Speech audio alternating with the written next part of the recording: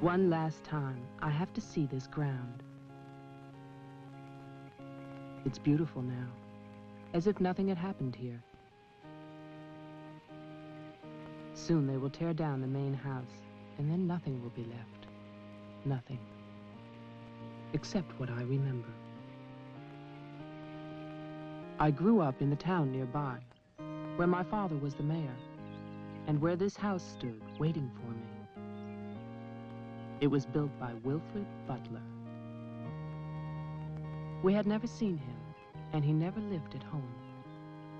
Until the day before Christmas in 1950, he finally did come back for the last time.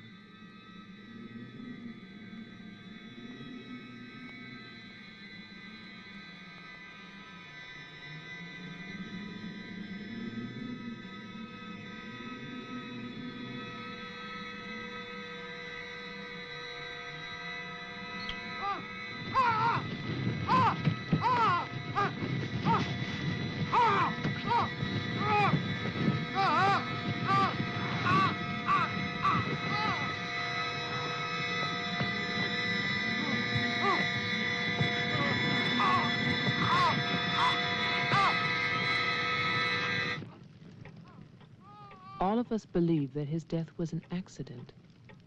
No one knew that another person had come to Butler House that Christmas.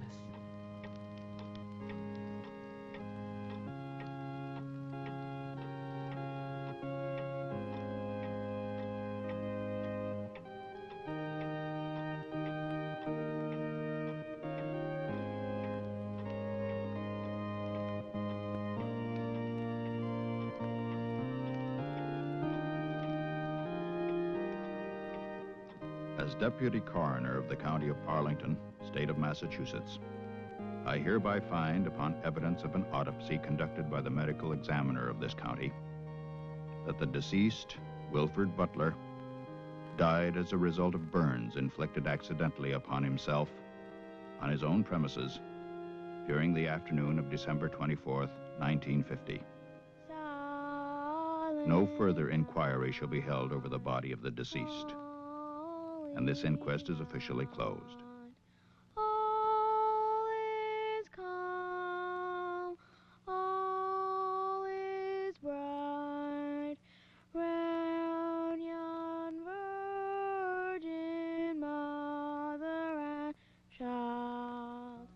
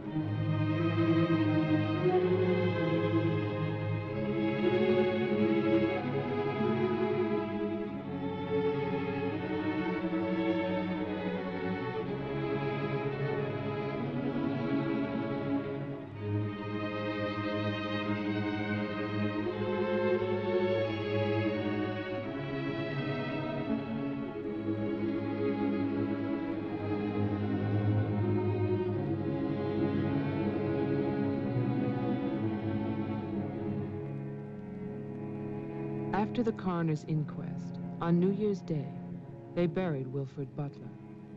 There was no one there to mourn him. It was the funeral of a stranger.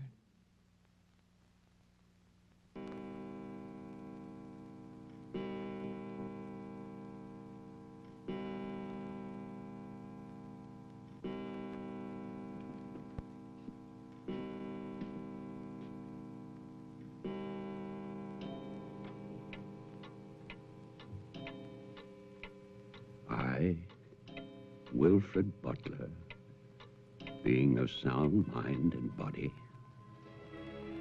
at least what the world considers sound, do hereby leave my house and its grounds and all personal effects within that house to my only surviving relation, my grandson, Geoffrey Butler. And I solemnly charge him with one duty. Let him leave the house as I left it, standing untouched to remind the world of its inhumanity and cruelty. For 20 years, that house lay empty, exactly as Wilfred left it. And then, last year, rumors began that it was finally being sold. The newspaper story traveled through the county to a state hospital for the criminally insane.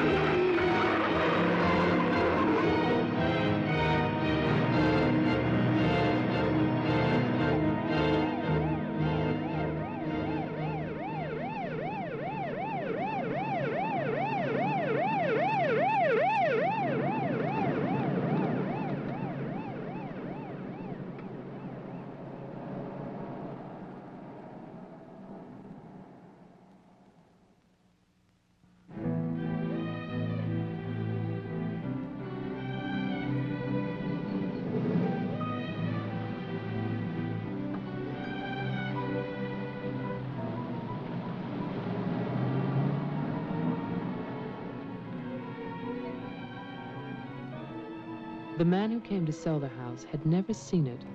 He was a lawyer from the city, just doing a job and enjoying it.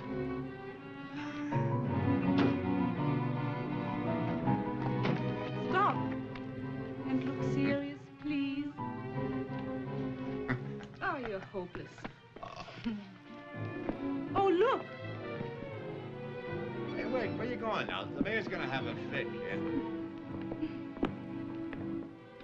One more shot. Come on. Stay there. I want one together. And smile.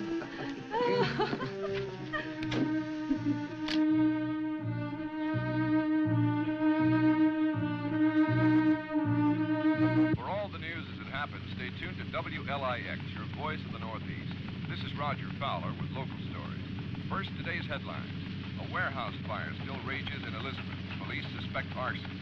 That escaped inmate at Margaretville State Hospital still at large, still hunted by state police. And over in Roxbury, the city passes a controversial housing code.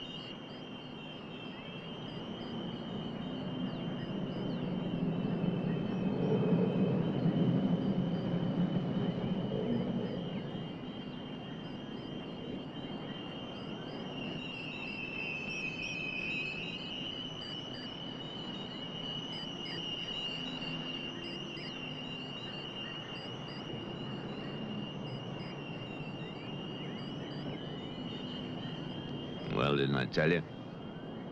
It's beautiful. Can we see the rest of it? Honey, that was it. I think the mayor's waiting for me. My love is such an important man. Right. Laura always says that. Darling, What? don't be long. Honey, if you get bored, just look at the view. Sooner or later, that viaduct's gonna take us back home.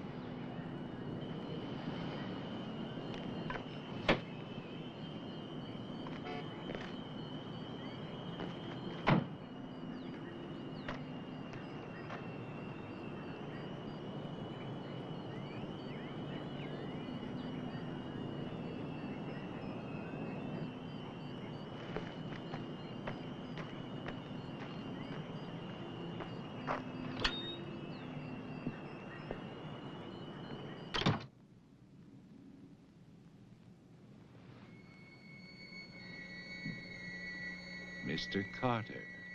Mr. Mayor.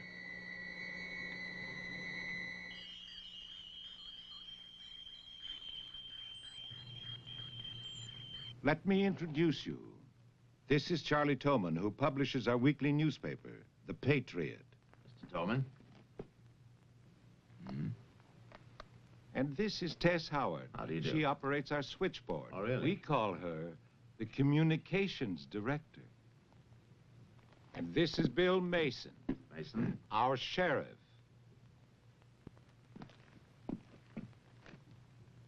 Won't you sit there, Mr. Carter, at the head of the table? Thank you. I didn't expect to meet you all together. It's quite a reception.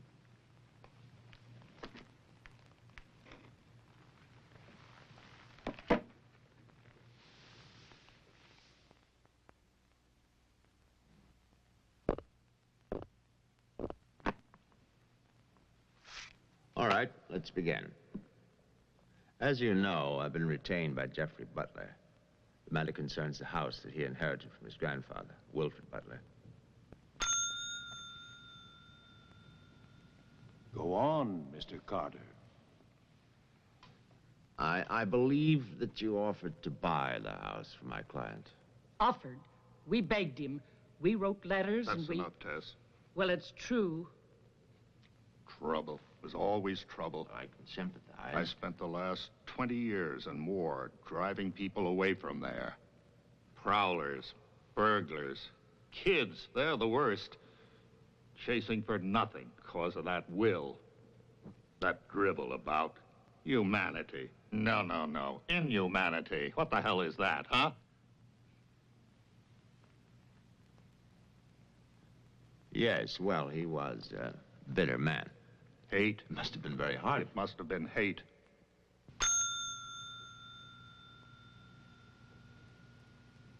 That man hated.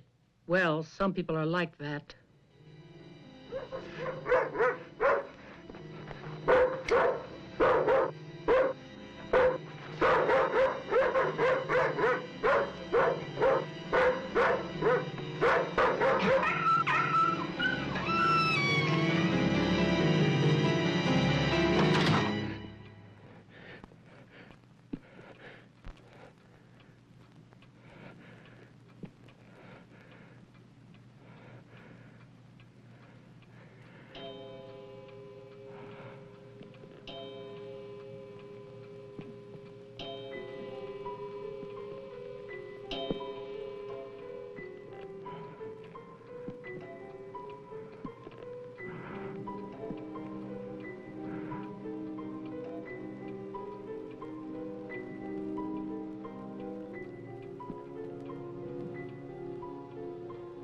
The question is, well, do you still want the house? Are you offering it to us, Mr. Carter? Exactly. Why now? Well, that's Mr. Butler's business, isn't it? You know we're not rich. Most of us came here during the Depression. But we love this town. It's our home. And naturally, you want to improve it. Exactly. My client understands that, and he fully sympathizes, and he's willing to sacrifice the house for $50,000 in cash by noon tomorrow.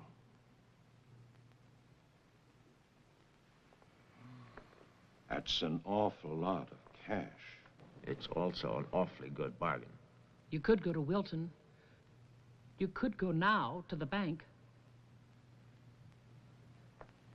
Am I clearly understood?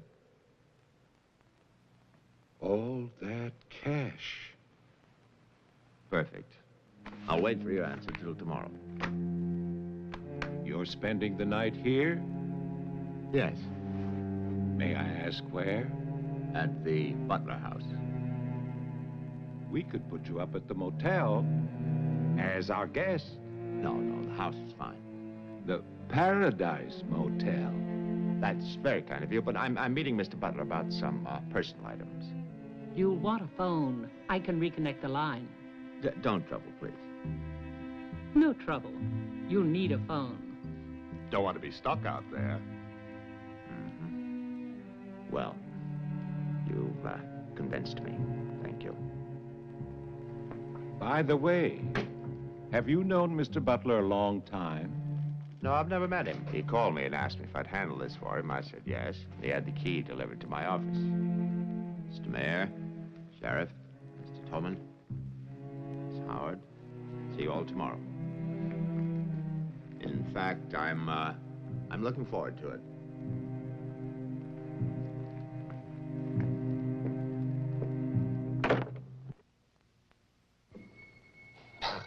Slick, really slick. He's a big lawyer, Bill. You've got to expect that. Don't tell me about lawyers. Oh, you see the way he looked at us? You see his clothes? He's doing his job. Just don't tell me about lawyers. You know what I'd like to see? Two of them like that one talking to each other. Neither one of them would know what to believe. I love you, too. Honey, when I get home, I'm going to have a nice surprise for you. No, I can't tell you what it is now. It wouldn't be a surprise, now would it? No, I can't come home now, but it'll be very soon. Very soon. Honey, of course I miss you. Yes, I miss Mommy, too. Laura, how are you, kid?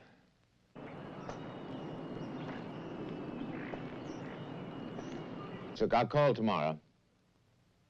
No, I want to call. I want to talk to Jenny. Yeah, well, as a matter of fact, I'm having a fine time. Well, same to you, darling. What do you mean, hostile?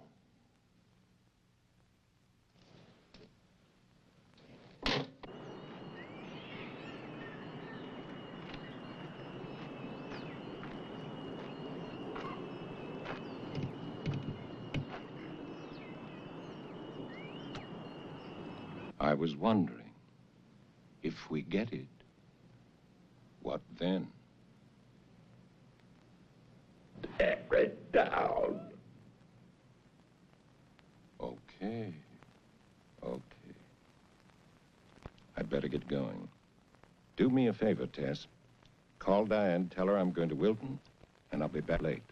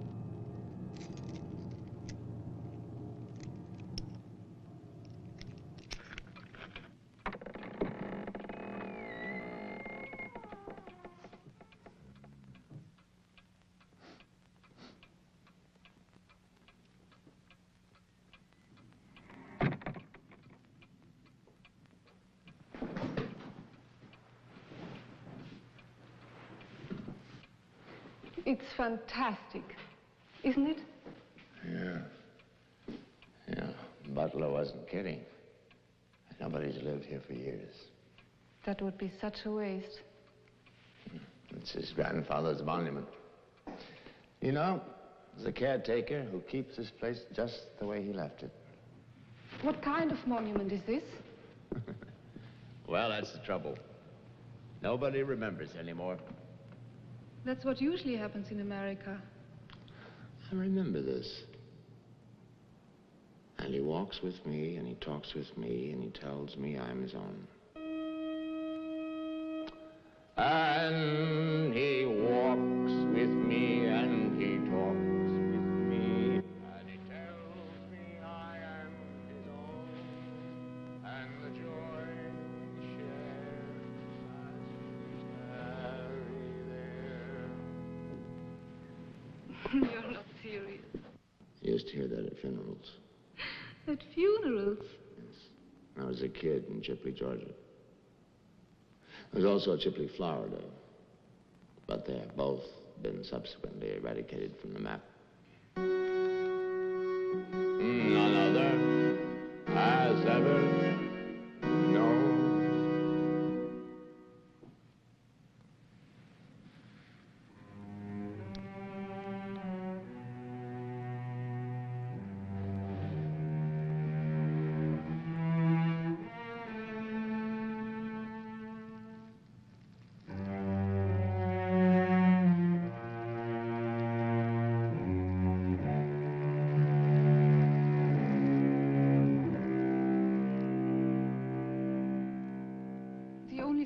Was a delicatessen, so I brought you pastrami, salami, potato salad, macaroni, everything you like. I'll have bologna and macaroni. No, some of that potato salad. Did you pick the wine, too? The delicatessen man took a personal interest in its selection. Oh, well, we got lucky again. That's early 1970. That's hard to come by. Can I have some, too? Of course you may.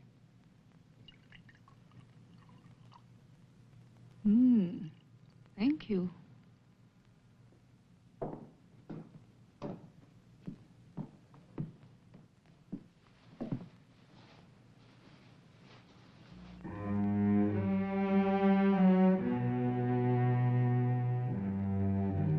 It must have been wonderful.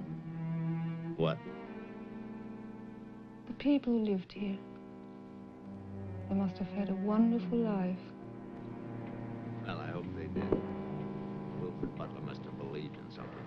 Believed? Look at that stone fireplace, parquet floor, the mahogany, this table.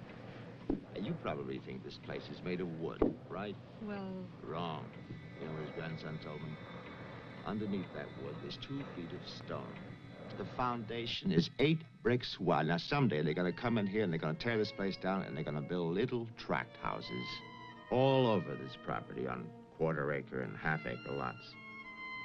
And that bulldozer's going to come up that hill toward this house. And it's going to get the surprise of its life. They built a kingdom out here. Only nobody's left. No? Butler has a grandson. No. He's probably like the rest of us, wants money. You know, he's asking $50,000 cash for this place, and if he only wait, he can get at least $250,000. But he won't take his time. So he'll get screwed.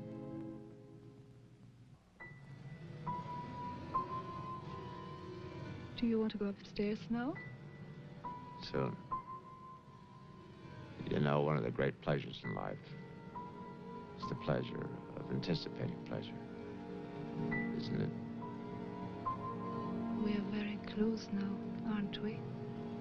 Sure, honey. Very close.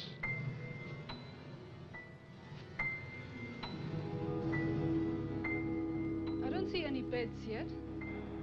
Well, keep looking, honey. Butler said the place was furnished.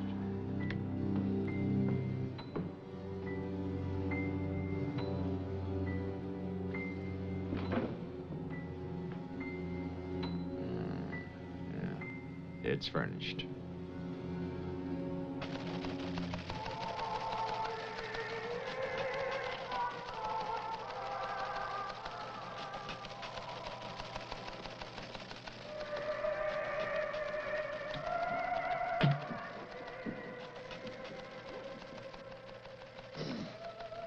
Anything doing? No, sir. But look at this. More football, huh? Look how they smeared that quarterback. Look at his arm. Got no time now. Go test. How about that telephone up at the Butler house? Is it working? Well, try it now. I'll wait.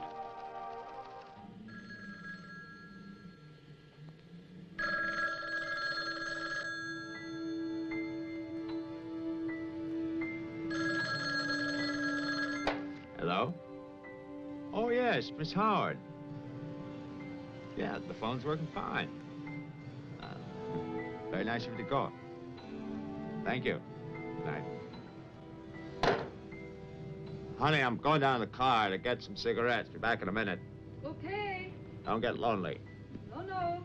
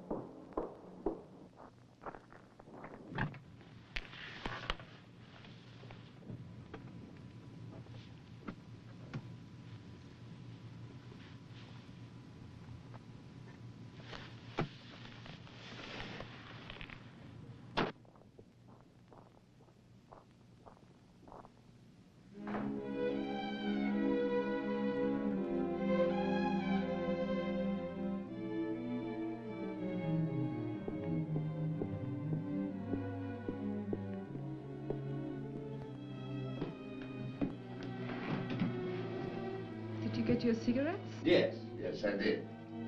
May I have one? Sure. Oh, it's the most amazing things. These cigarettes come in these very small packages these days. Oh, that's for me? Mm-hmm. Can I open it? Oh, no. Our Christmas is day after tomorrow. Is that an order? Yes, ma'am, that's an order.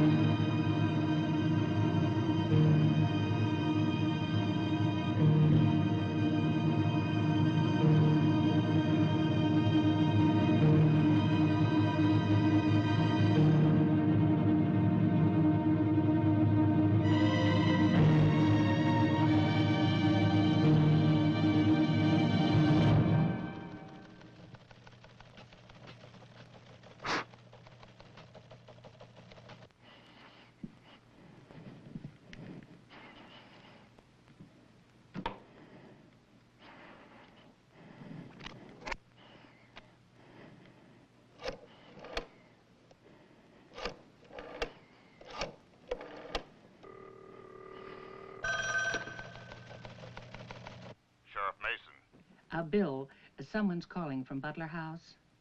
Okay, put him on. Go ahead now. Mr. Carter? I'm not Carter. Who is this? The owner. Butler. I'm worried, Sheriff. Carter's not here. Speak up, I can't hear you. I can't. I'm sick. Can you come here? What is it? What's wrong? His car's here, but he's gone. Won't you come? Okay, okay. Now you stay put in that house. I'll wait for you. Please, hurry. I'm afraid. Now take it easy. I'm coming.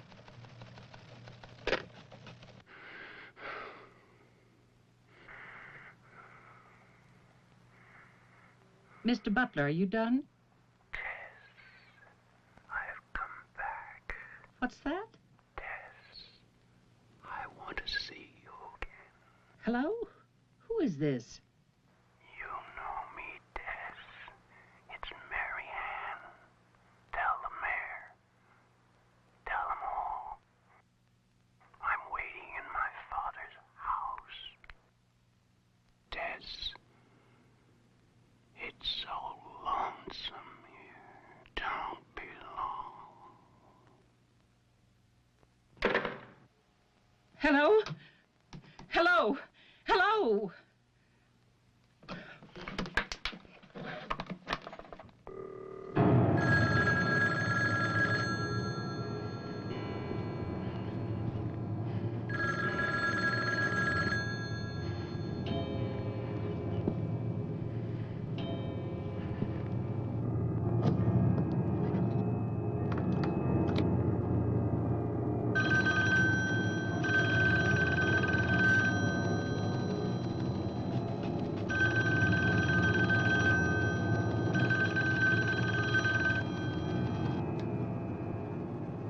Oh, my God, where is everybody?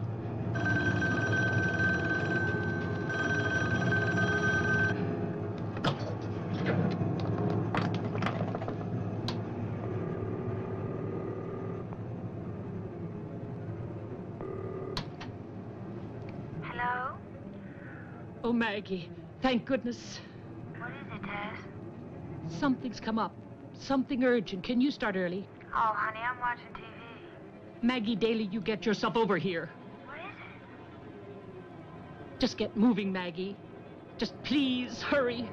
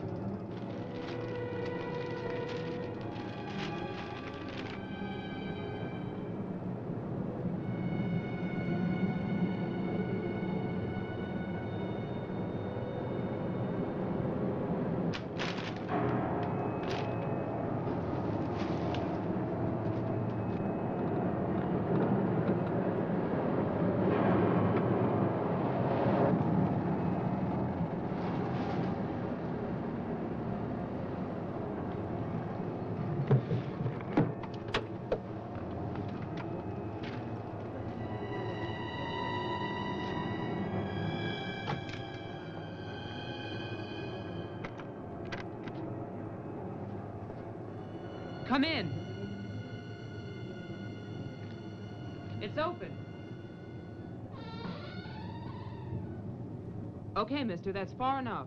What do you want here? Mayor, Try again. My father's not home. And don't move. you want me to put my hands up? No. Just stay there. What are you staring at? I seem to remember you from the road. That's why I'm holding a gun. You scare me. Well, that makes sense. Thanks. Does everybody carry one here? You can ask the sheriff when he gets here. I'll call him. I'm sorry to disappoint you, but the sheriff's office is empty. How do you know? I was just there. Who are you? Jeffrey Butler. Oh, you're the one who's selling the house. Yes. Have you any ID? Come on. Don't laugh at me. I want your ID. Some maniac escaped from Margaretville.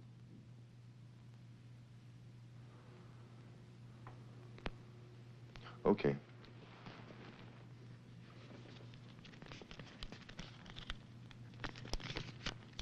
Put it on the table.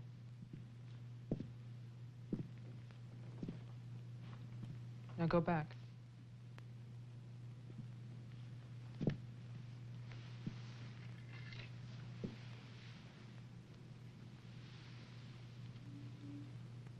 California license. Lucky you. Would you like to see my maniac card from the asylum? They give you one when you escape. There's a big scarlet M on it so people won't get confused. Okay. Look, I'm sorry about the gun. My father's in Wilton getting your money. All I want to do is to get into my house. The sheriff's deputy might have a key. He's about the only one I know of. Well, where's he? You go down the road about 1.5 miles till you come to a white house with a white fence, and then you can't miss it. Thanks. That's okay. Merry Christmas. Same to you.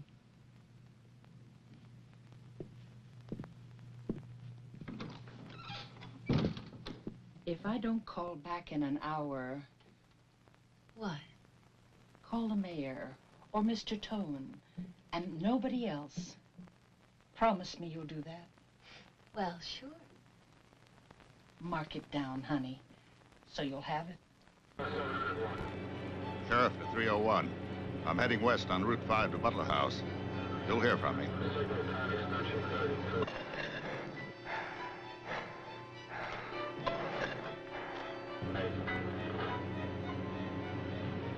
What the hell?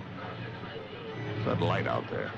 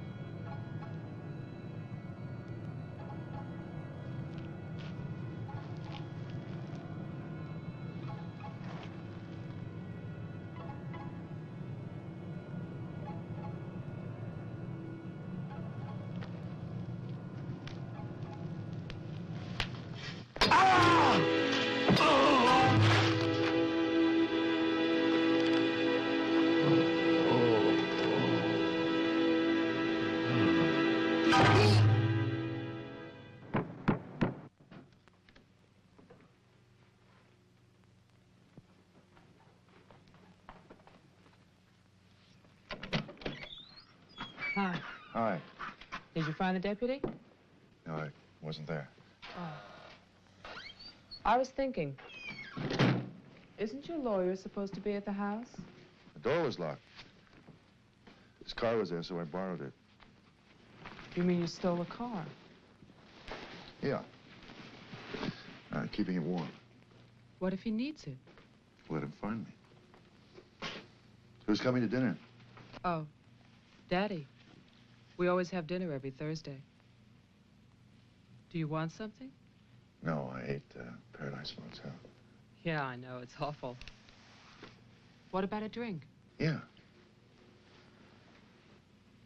It's cheap bourbon, but that's a big favorite around here. Do you want ice? No, straight. You look tired. I am tired. Well, here's to a fast dollar. Cheers.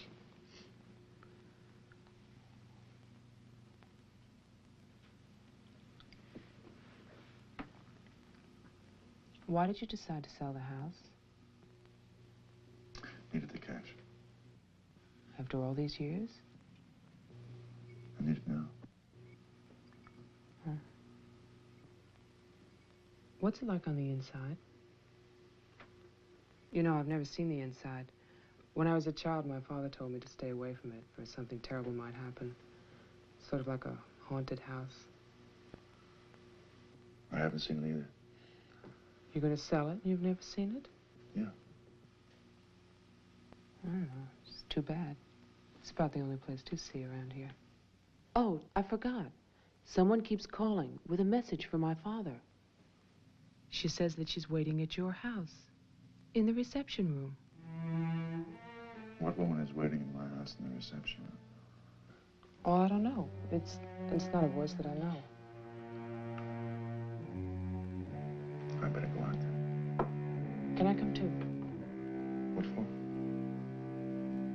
I'm pushy. I suppose you'll be going back to California soon. California? You said you lived there, remember? No, I'll be traveling. Jeff, look. It's the sheriff's car.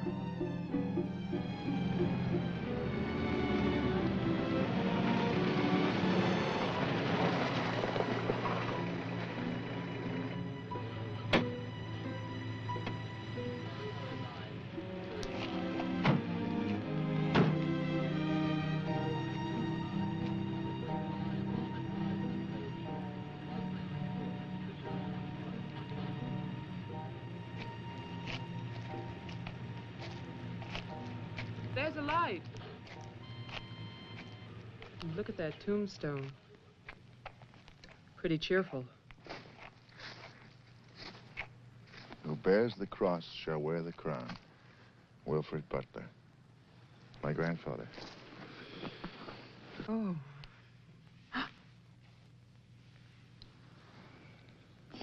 Someone left their sunglasses in the snow. They're the sheriff's.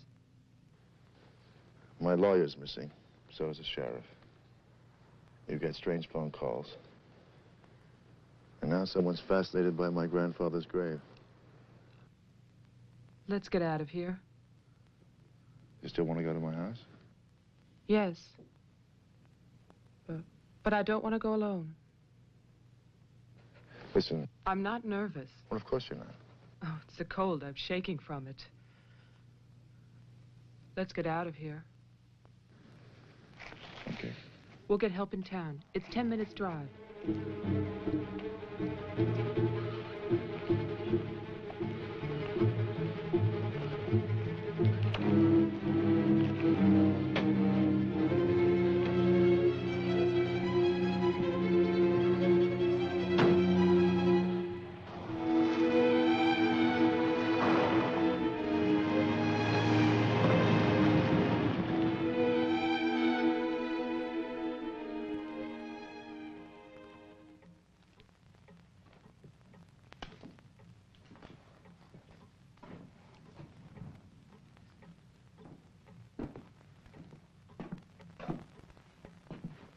Night, Mr. Toman. Have a nice holiday.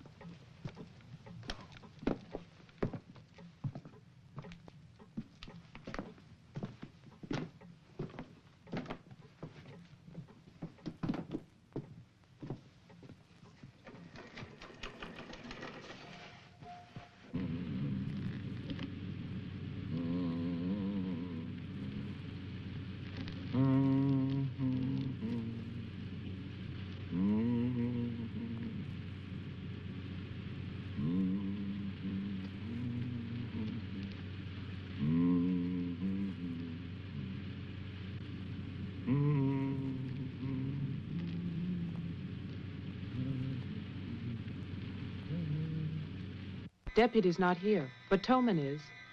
Who's Toman? Come on, you'll see.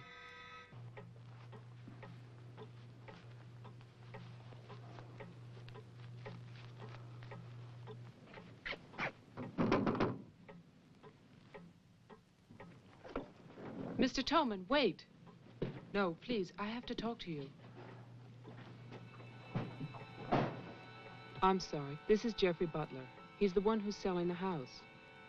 He can't get inside the place. And my father's gone to Wilton. So we wondered...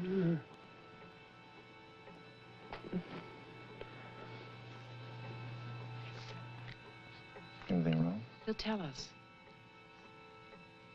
Tess has gone to his house. Why would she go there? I don't know. Anyway, she won't get in. You say it's locked. He says she hates the place. Would you like to drive there? Diana could stay here, lock herself in. I need a key.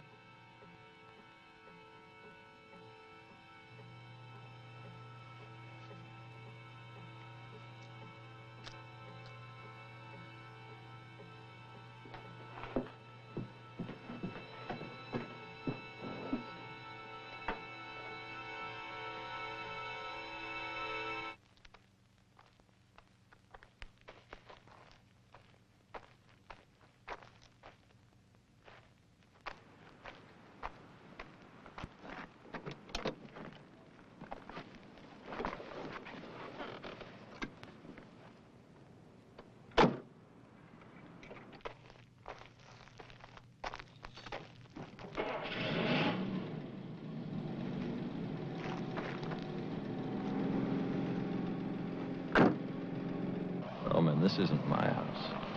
It's Tess's.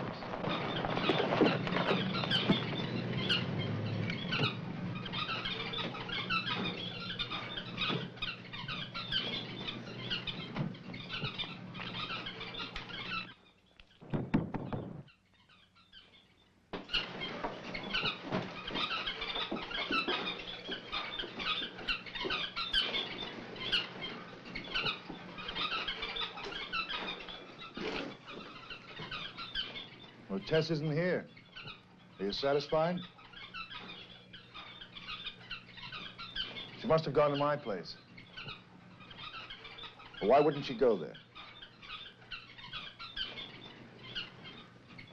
She hates it.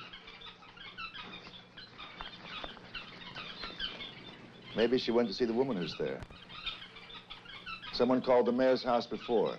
Said she'd be waiting.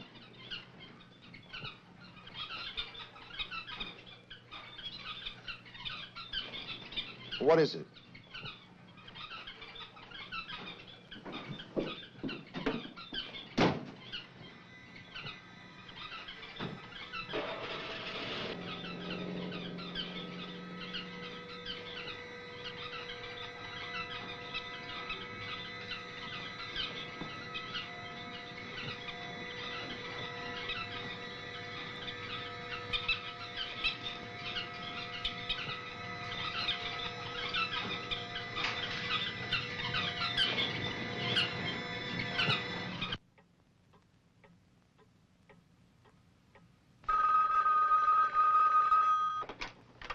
Hello, Jeff?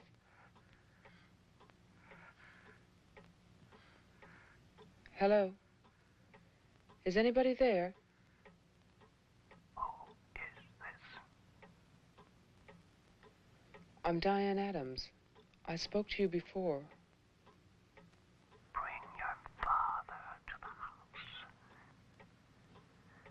This is Marianne. Tell him I have the diary. I'm waiting.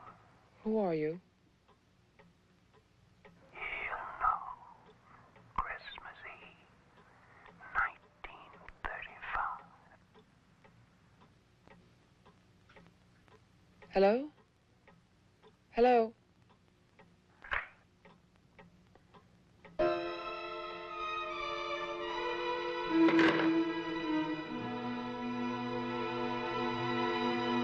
Be quiet. 704 C Charlie. 704, signal 10, 704 C Charlie.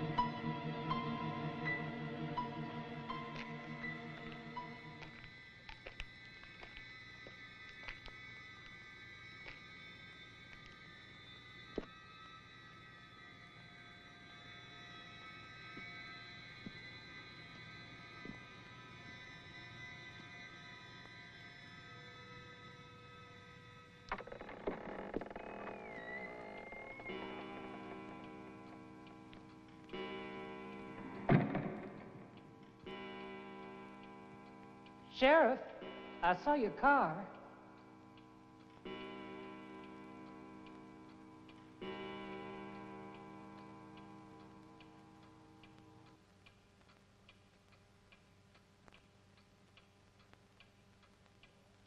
Bill? Is that you?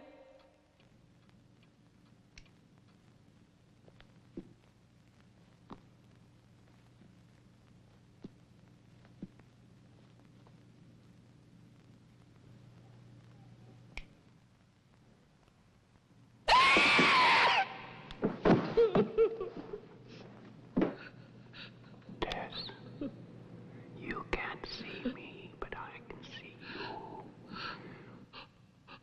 you. Oh, yes, I remember that face. You're older now, and fat, but still, Tess. And you're frightened, aren't you? Don't be afraid. I want to help you. Take my hand. Take it, Tess.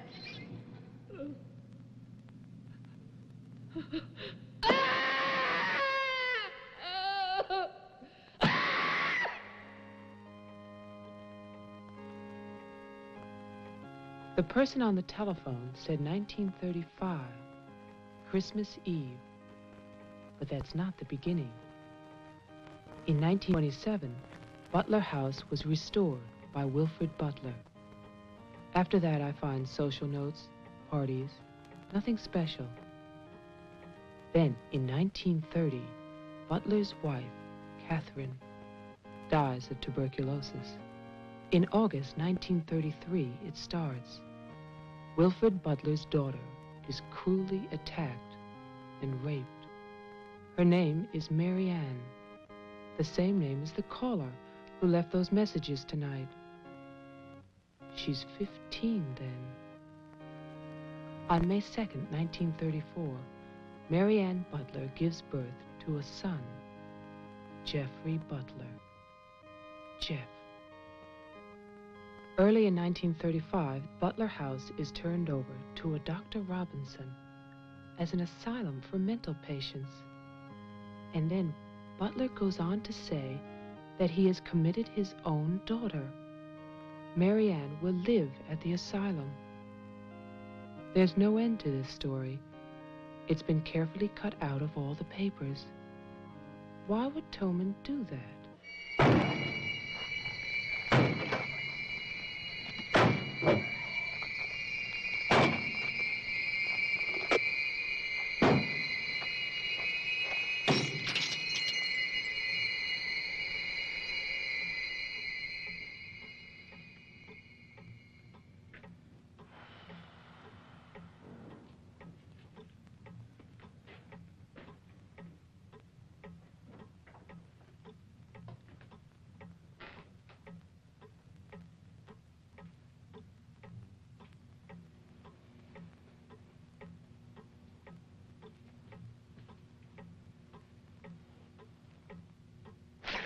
You scared me.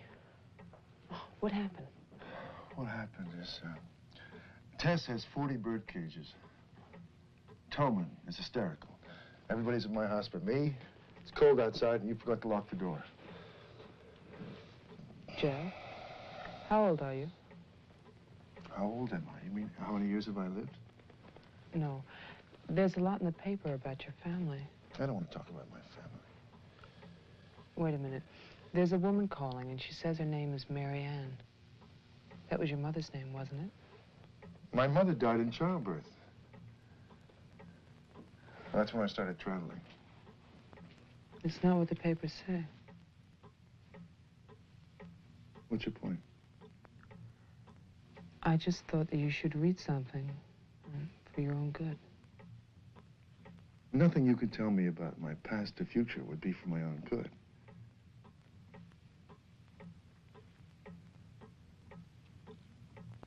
Where is the paper? It's on the table.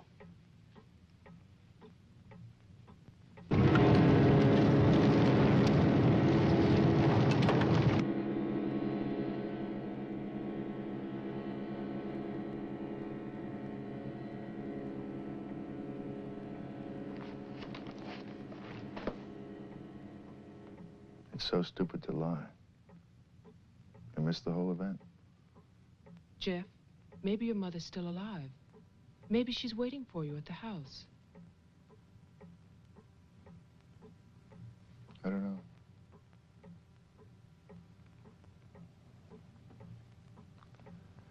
Come on.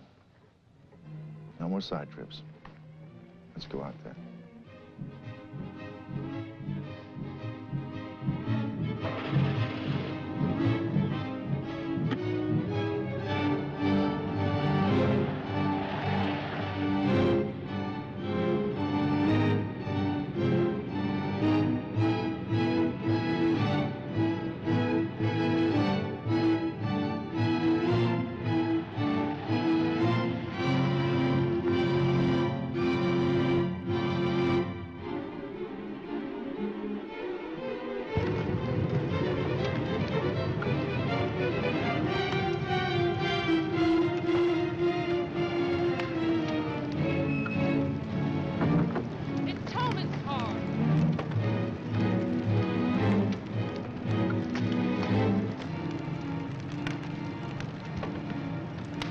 It's empty.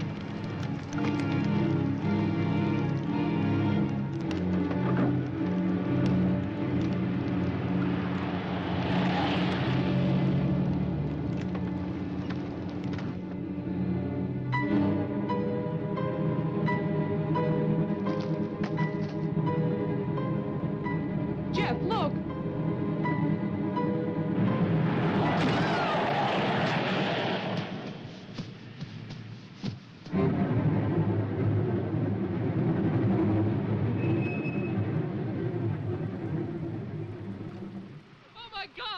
Stay back! It's Toman!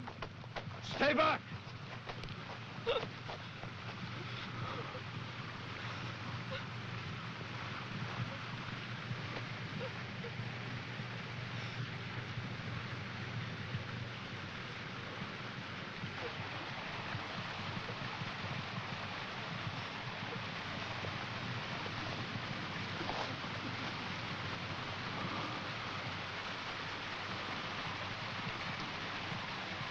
He's dead.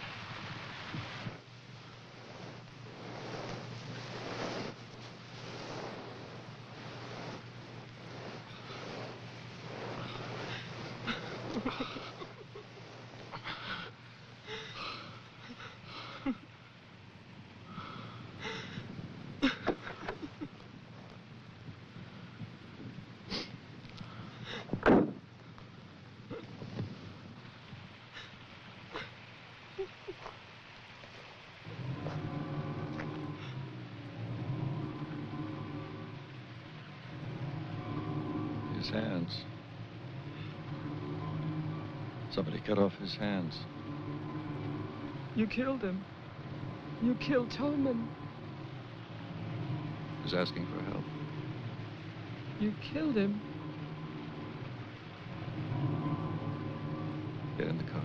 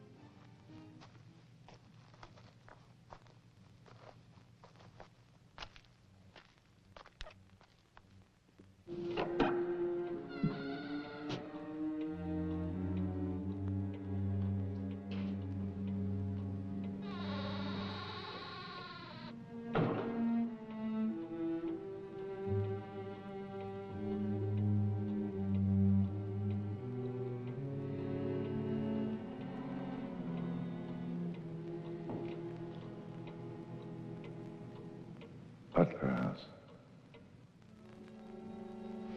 The keys. He took them.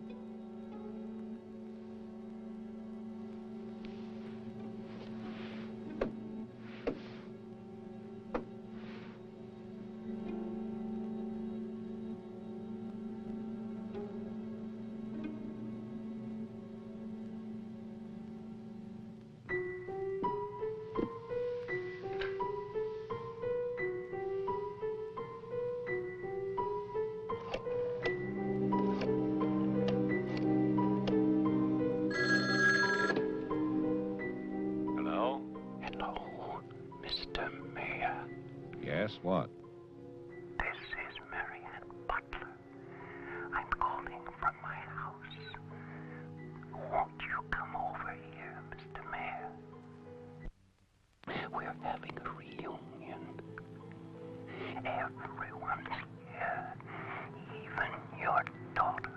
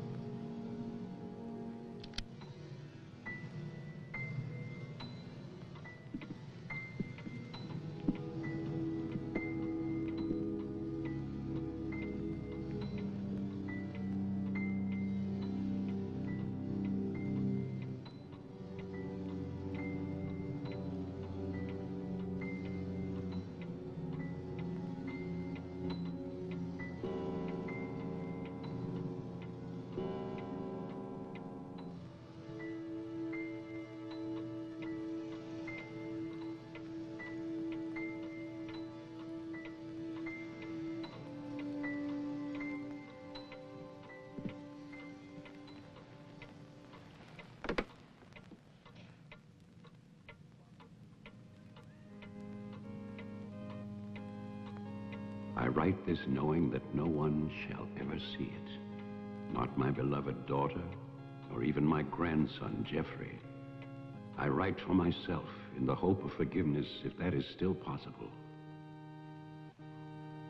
And I write for you, Marianne, whose youth and innocence I have destroyed. By 1935, the doctors had treated my daughter for a year. I had believed they could cure her. The child, Jeffrey, was taken from us and sent to California. I turned my house into an asylum. I brought doctors to live there. I welcomed other patients. Useless. All of it.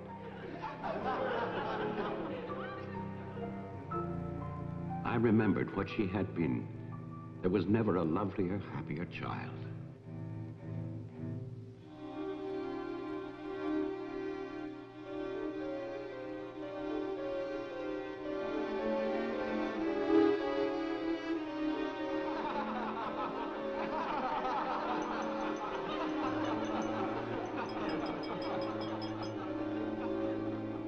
Ladies and gentlemen, now quiet, please. I propose a toast. Doctor, please. By Christmas of the first year, I knew that I must act, not for myself, but for my helpless child. Led him to create this institution. Our friend... I had no plan. All I knew was that I must take her from these men with their promises, their lies. Shall we? Huh?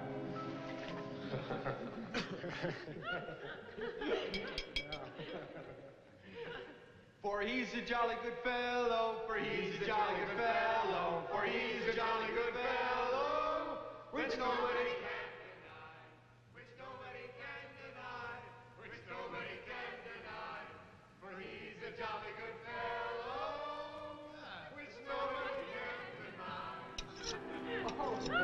I knew that they would gorge themselves into a stupor that afternoon.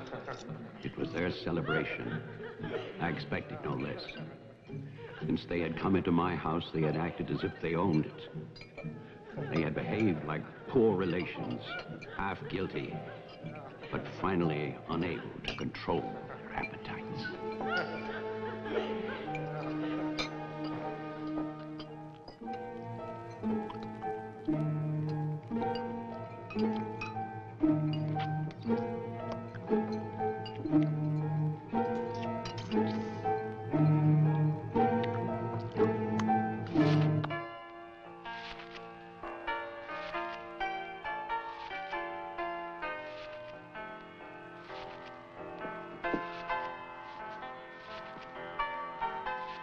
After dinner, they danced and drank as they usually did.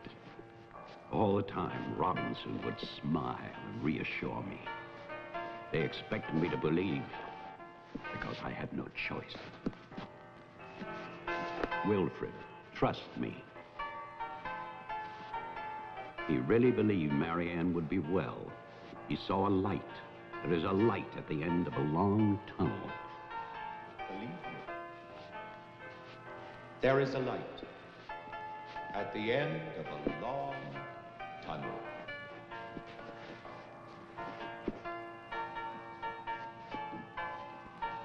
Stay here, Doctor.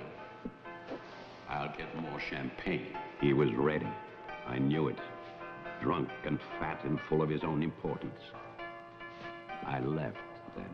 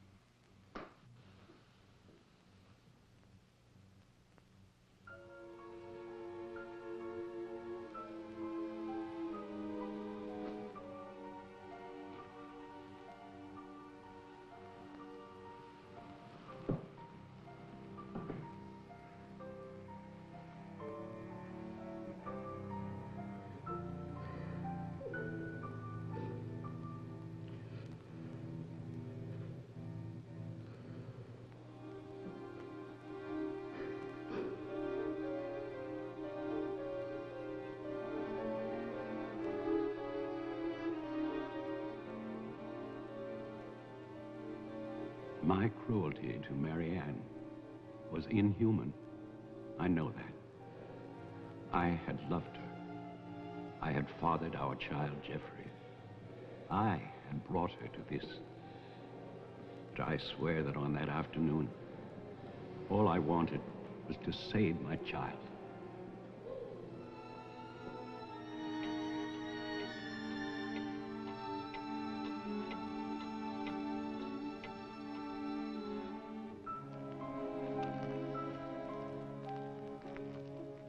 My hope was to get her away from that house.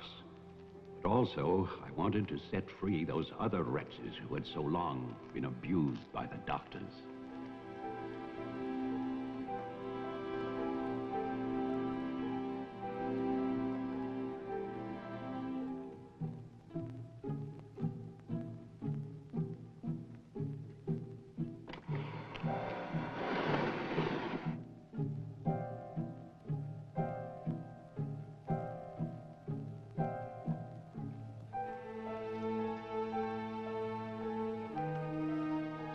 I knew what they might do if these inmates were freed.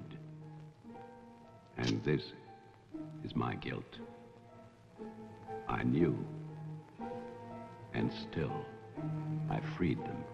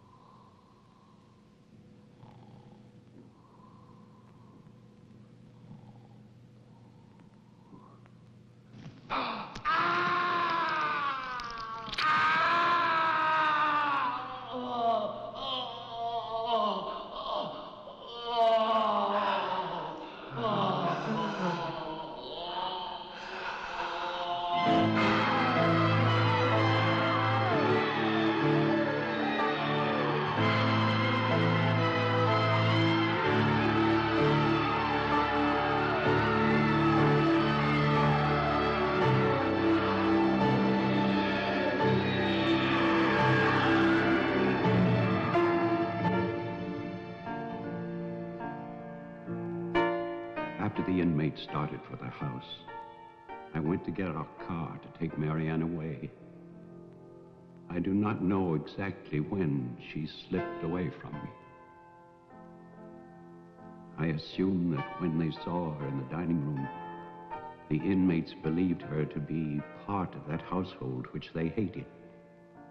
And so, they killed her. Later, there was a celebration. And then most of the inmates fled, I don't know where. But I shall never forget what they did to my child. Since that Christmas, I have lived in prisons and asylums, lived anonymously, as an animal. I have wandered in bitterness until all seasons have become as one. And that is a season of vengeance.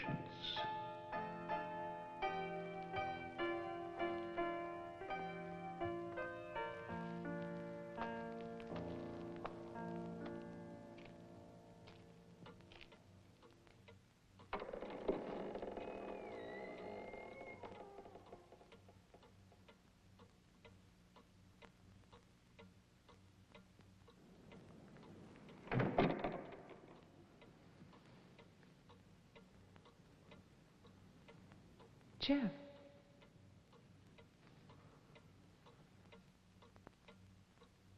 Jeff?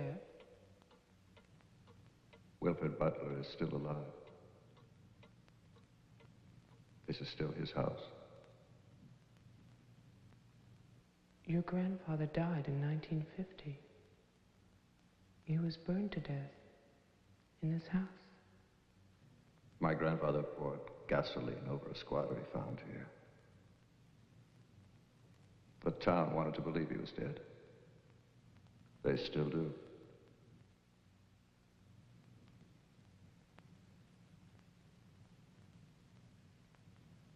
This house was an asylum. There was a massacre by the inmates. Tess, Toman, the sheriff. Your father. No. All inmates. They killed my mother in this room.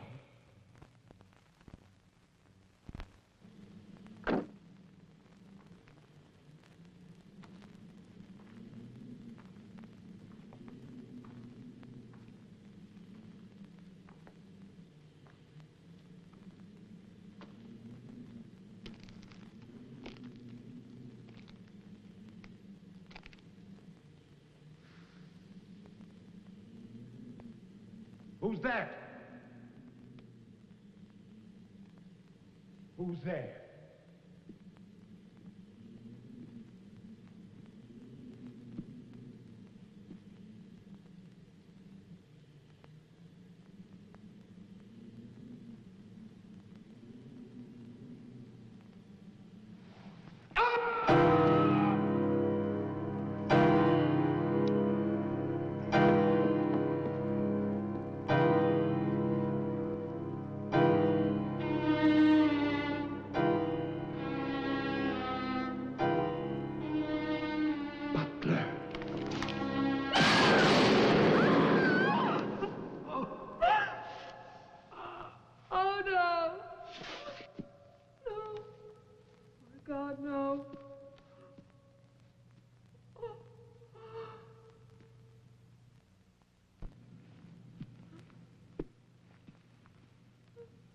Daddy?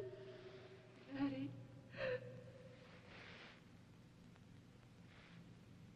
Diane? Jeff?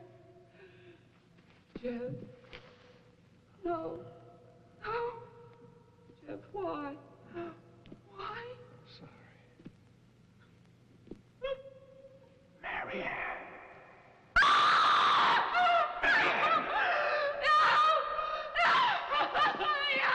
Don't run away. Don't. I'm your father. Don't be afraid. I won't hurt you. Please. It's all right. I won't hurt you. I need you. I want to see you. I waited for you.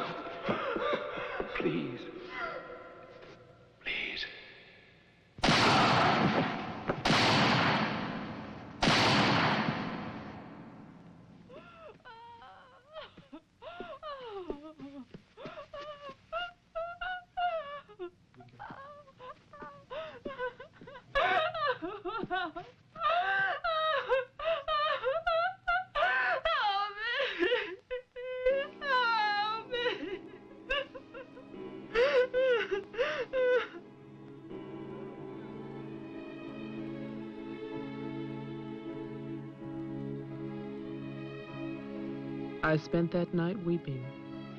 By morning, there were no more tears.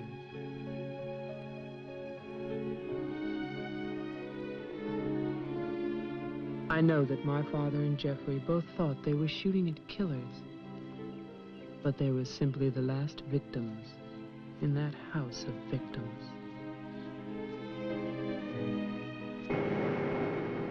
And now, a year later, they will tear down Wilfred Butler's monument. But they can never destroy my memories of what happened here.